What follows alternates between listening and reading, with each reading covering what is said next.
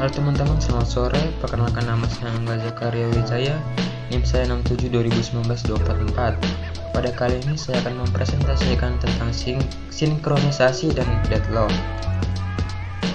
Sinkronisasi. Apa itu sinkronisasi? Sinkronisasi merupakan suatu proses secara bersama-sama dan saling berbagi data bersama dapat mengakibatkan loss condition atau inkonsistensi data. Sinkronisasi diperlukan untuk menghindari terjadinya ketidakkonsistenan data akibat adanya akses secara konkuren. Rest condition. Apa itu rest condition? Rest condition adalah suatu kondisi di mana dua atau lebih proses mengakses share memori atau sumber daya pada saat yang bersamaan, dan hasil akhir dari data tersebut tergantung dari proses mana yang terakhir selesai dieksekusi, sehingga hasil akhirnya terkadang tidak sesuai dengan yang dikehendaki. Solusi rest condition. Cara untuk menghindari rest condition adalah kita harus dapat menjamin bahwa jika suatu proses sedang menjalankan critical section, maka proses lain tidak boleh masuk ke dalam critical section tersebut. Critical section. Apa itu critical section? Critical section adalah segmen kode yang mengakses data yang digunakan proses secara bersama-sama yang dapat membawa proses itu ke bahaya rest condition.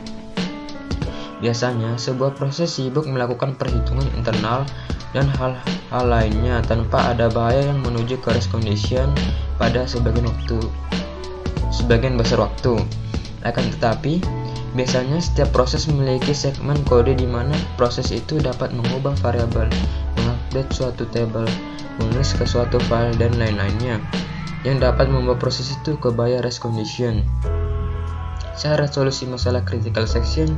Yang pertama, mutual exclusion. Mutual exclusion merupakan sebuah jalan yang menjamin jika proses sedang menggunakan variabel atau berkas yang digunakan bersama-sama, proses lain akan dikeluarkan dari pekerjaan yang sama. Misal, proses PI sedang menjalankan critical section, maka tidak ada proses-proses lain yang menjalankan critical section dari proses-proses tersebut. Dengan kata lain, tidak ada dua proses yang berada di critical section pada saat yang bersamaan. Setiap proses harus meminta izin untuk memasuki critical section-nya. Bagian dari kode yang mengimplementasikan izin ini disebut entry section. Akhir dari critical section itu disebut exit section. Bagian kode selanjutnya disebut remainder section. Dari kode di atas dapat kita lihat bahwa untuk bisa memasuki critical section, sebuah proses harus melalui entry section. Yang kedua, proses. Jika tidak ada proses yang sedang menjalankan critical section-nya, dan jika terdapat lebih dari satu proses lain yang ingin masuk ke critical section, maka hanya proses-proses yang tidak sedang menjalankan remainder section-nya yang dapat berpartisipasi dalam memutuskan siapa yang berikutnya yang akan masuk ke critical section. Dan pemilihan siapa yang berhak masuk ke critical section ini tidak dapat ditunda secara tak terbatas. Yang ketiga, bounded waiting. Jika seandainya ada proses yang sedang menjalankan critical section, maka terdapat batasan waktu berapa lama suatu proses lain harus menunggu giliran untuk mengakses critical section. Dengan adanya batas waktu tunggu akan menjamin proses dapat mengakses ke critical section. Solusi untuk memecahkan critical section. Yang pertama, solusi perangkat lunak. Solusi ini menggunakan algoritma untuk mengatasi masalah critical section. Yang kedua, solusi untuk perangkat keras. Solusi ini tergantung pada beberapa instruksi mesin tertentu, misalnya dengan menonaktifkan instruksi mengunci suatu variabel tertentu atau menggunakan instruksi level mesin seperti test dan set. Semafor. Apa itu semafor?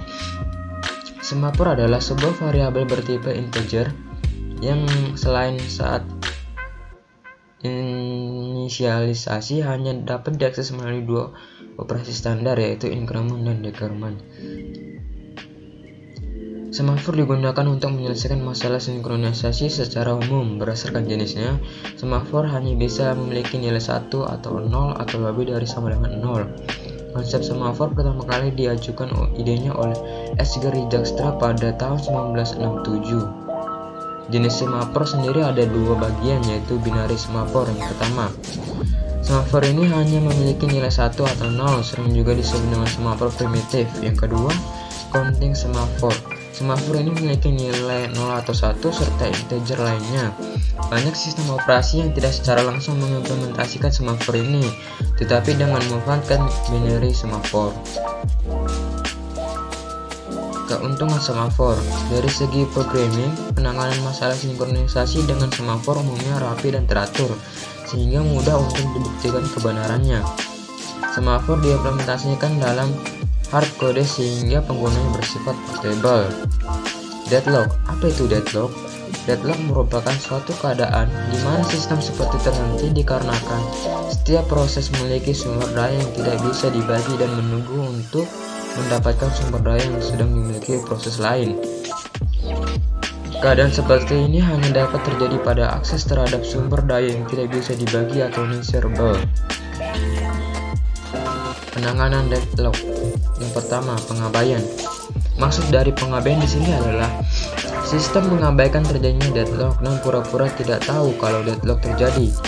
Dalam penanganan dengan cara ini dikenal istilah ostrich algorithm. Pelaksanaan algoritma ini adalah sistem tidak mendeteksi adanya deadlock dan secara otomatis mematikan proses atau program yang mengalami deadlock.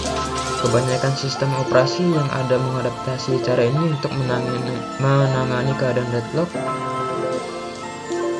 Cara penanganannya dengan mengabaikan deadlock banyak dipilih karena kasus deadlock tersebut jarang terjadi dan relatif rumit dan kompleks untuk diselesaikan, sehingga biasanya hanya diabaikan oleh sistem untuk kemudian diselesaikan masalahnya oleh user dengan cara melakukan terminasi dengan CTRL plus Alt plus delete atau melakukan restart terhadap komputer.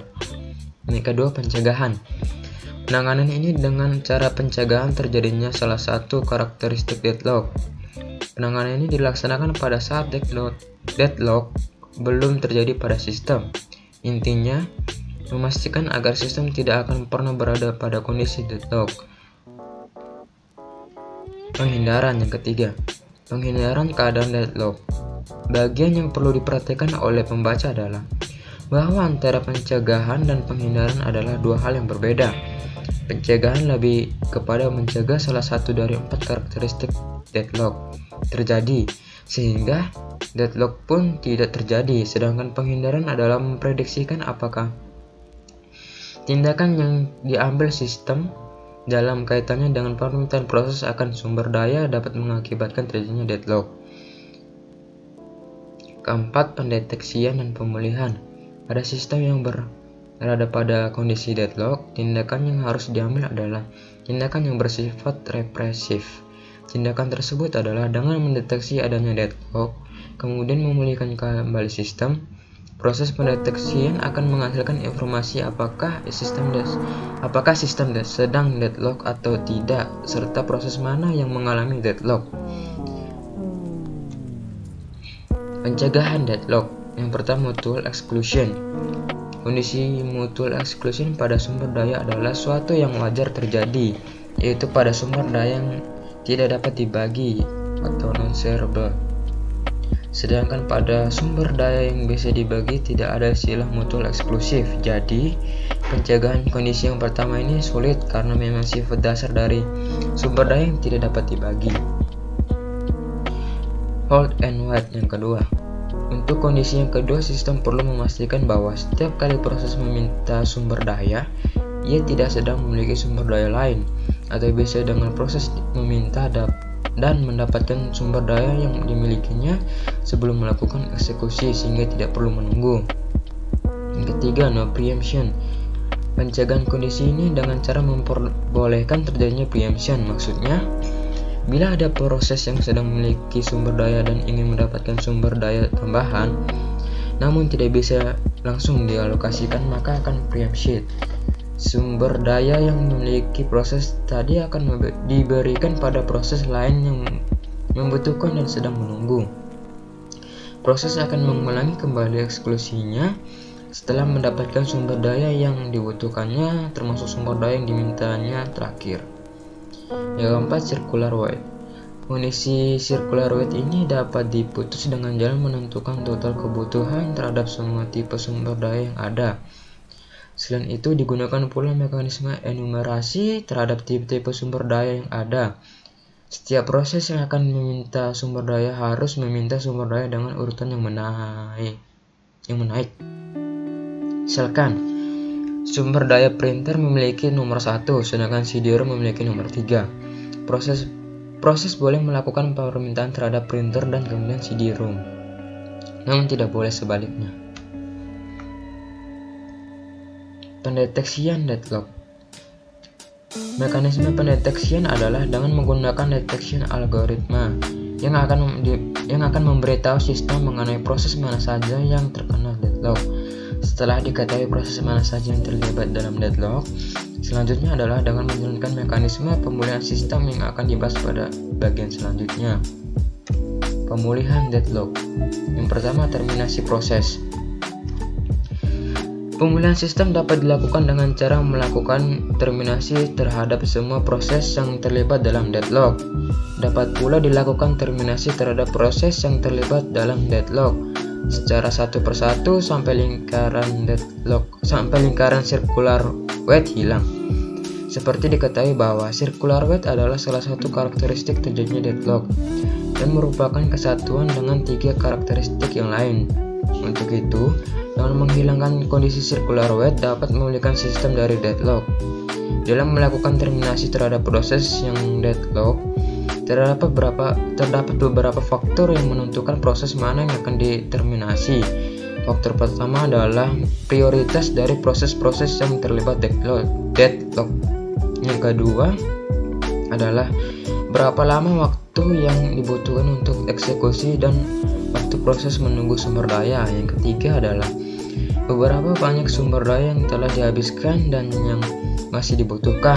Yang terakhir, faktor utilitas dari proses pun menjadi pertimbangan sistem untuk melakukan terminasi pada suatu proses.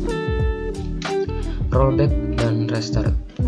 Dalam memulihkan keadaan sistem yang deadlock, dapat dilakukan dengan cara sistem melakukan preempt terhadap sebuah proses dan kembali ke state yang aman.